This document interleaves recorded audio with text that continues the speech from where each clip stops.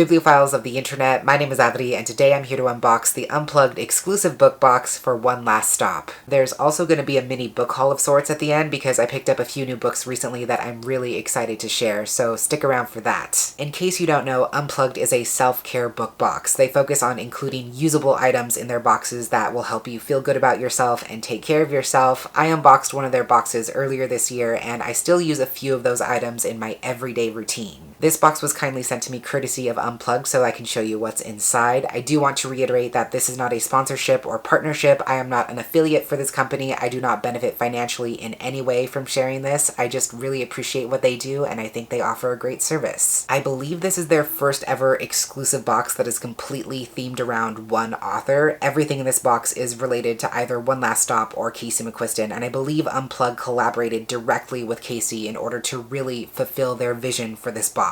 I also fully understand that US-based subscription boxes are not always feasible options for everyone. I know they're not super accessible to people living outside the US and that sometimes the cost and the shipping doesn't justify the purchase. But I will also include the links to all of the creators and artists and vendors involved so that if you do happen to see something that you are interested in, you can check that out, learn more about them, and browse their online stores. Hopefully there's something interesting in here for everyone, and if there's not, that's okay too. So I will leave that information down below along with the Unplugged book box website in case you're interested. But with all of that said, let's jump right in. Alright, this box is absolutely packed with stuff. It's heavy, it's reinforced with tape in like 3 different places. Let's get into it. The first thing I see here is the spoiler card, which I'm going to keep for future reference. It has all of the items, artists, and vendors listed on the back. After that, folded right on top is this tote/beach bag for One Last Stop. The art is by Abby Malagala Art, and it's based on Casey's request for the design to be inspired by August and Jane's subway trips to Coney Island. On one side you have Jane and August on either side of the Q train, and on the other side you have this Ferris wheel against the backdrop of a summer sky with a quote that says, "Ride the Q train to Coney Island."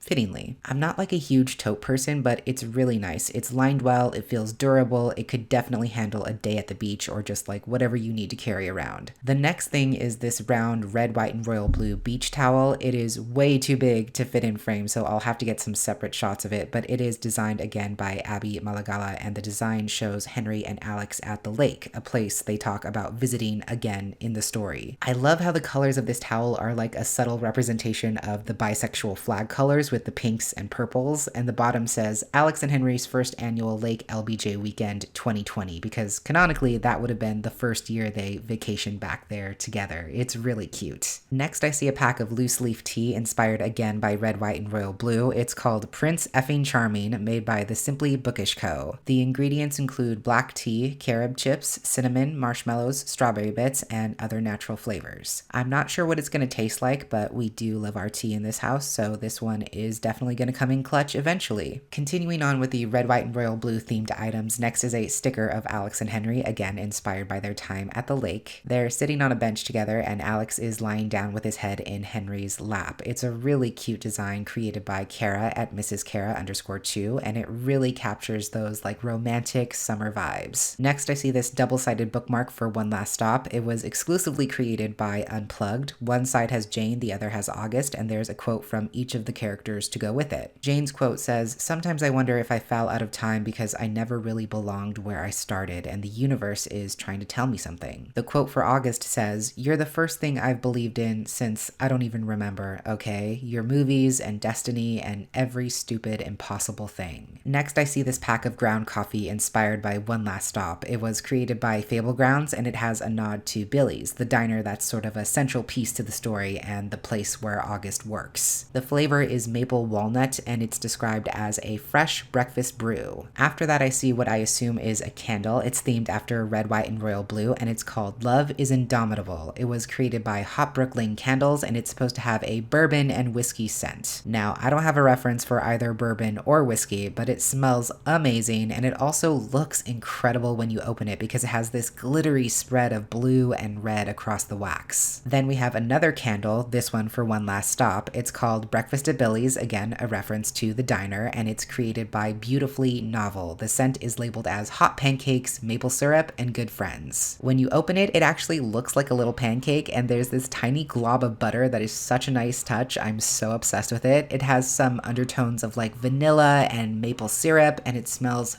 fantastic. Then I see a small tub of body butter, again themed after One Last Stop. It's fittingly called August and Jane, and it was created by Honey Butter Bath Co. I love how the label has the same colors and design as the book cover, and it has a really sweet, citrusy orange scent. I did try some off camera, and I actually like the consistency of it. It's not too oily or too thick. I think it rubs in really nicely, and it smells great. Next, we have this vial of roll-on perfume themed after red, white, and royal blue. It was created by Natural Pure Honest, and it is called, appropriately, Making History with a Scent of English Tea. I don't regularly use perfumes or body sprays, but I think this scent is actually nice because it has more of a robust, rich, clean scent as opposed to a sickly sweet scent. And the roll-on applicator gives you a little bit more control as to where you're putting that scent, which is really nice. Everything else in here is related to the book, so we have the letter from the author, which is printed on the back of this cover art card, and then we also have the signed book plate from the author, which you can obviously stick in the book. You most likely know about One Last Stop at this point, but in case you don't, it's a time-travel-y, semi-magical Kate and Leopold-esque story about August, who has recently moved to New York and is struggling to make it on her own and find her way in life when she stumbles across this mysterious, gorgeous girl on her commute. August realizes that she always sees this girl on the same train at the same time, and soon it becomes clear that she doesn't just look like an old-school punk rocker, she actually is displaced in time from the 1970s. I read an arc of this at the end of last year, and I really enjoyed it. I'm so glad to finally have a finished copy in my hands. And lastly, of course, we have a teaser for Unplugged's next exclusive box, which will be a limited edition summer solstice box with a quote witchy aesthetic, and it will have 1 hardcover book and 8 bookish goodies. So you can go to their website to learn more about that if you are interested. So that was the exclusive One Last Stop book box from Unplugged. Thank you again to them for kindly sending that along. I really appreciate it. Now we're going to get into the mini book haul because, of course, I bought some books. These 5 books I got from independent bookstores during their recent anti-Bezos sales, as I'm going to call it. Basically, if you don't know, the Bezos site had their annual sale, and a lot of independent and chain bookstores ran sales or offered free shipping as an incentive for people to buy their books in other places. So, of course, I did. So first up, we have Crying in H Mart by Michelle Zauner. This is a memoir I've heard nothing but great things about. Michelle Zauner is actually a singer and guitarist for an indie rock band known as Japanese Breakfast, and this memoir is about her growing up as a Korean American, losing her mother, and reckoning with her identity. It follows her as she reflects on being one of only a few Asian Americans growing up in Oregon, and it wasn't until her mother was diagnosed with pancreatic cancer that she was able to fully connect with and reclaim her Korean roots. I've heard absolutely fantastic reviews. I know it's going to be emotionally devastating, and I can't wait to read it next time I'm reaching for some nonfiction. I also picked up The Painted Drum by Louise Erdrich. This has been on my radar for quite some time. It's a backlist book, and it's about someone discovering this moose skin and cedar drum created by an Ojibwe artist, and the story explores how this item is connected throughout multiple generations. It seems like it's going to be a very slow, lyrical, character-centric story about family, indigeneity, culture, and shared experiences. Again, I've heard great things, and I love Erdrich's work. Then I pre-ordered Almost Flying by Jake Maya Arlo, which is a sapphic middle grade book. Like I said, it's middle grade, it's queer, and it's about Dahlia, whose dad was recently engaged, which means her summer is going to look very different from what she thought, because now her dad wants her to spend some time bonding with her future stepsister, Alexa. Alexa has actually planned this amusement park road trip, and Dahlia figures the best thing to do would be to go on this trip together